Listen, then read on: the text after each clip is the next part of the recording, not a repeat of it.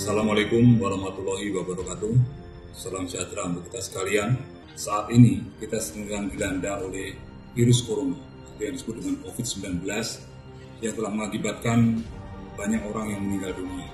Salah satu penyebab penyebarannya adalah terjadinya kerumunan massa yang menyebabkan transformasi virus ini dari satu orang ke orang lain.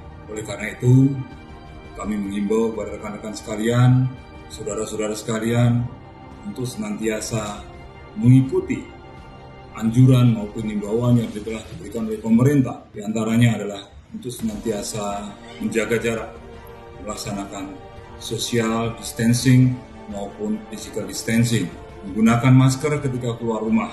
Bagi rekan-rekan yang ingin mudik, sementara untuk bisa ditangguhkan, stay at home dalam memutus rantai penyebaran virus corona ini. Kita akan menjadi pahlawan untuk kemanusiaan, bukan hanya untuk diri kita, bagi untuk seluruh masyarakat, khususnya yang berada di Aceh. Jaga jarak, tetap disiplin, tidak usah panik, jaga kebersihan, senantiasa melaksanakan cuci tangan, olahraga yang cukup, yang terakhir dan paling utama, tetap tingkatkan keimanan dan ibadah kita kepada Allah SWT. Mari kita bersama-sama dan bersama kita bisa untuk memerangi penyebaran virus corona. Assalamualaikum warahmatullahi wabarakatuh.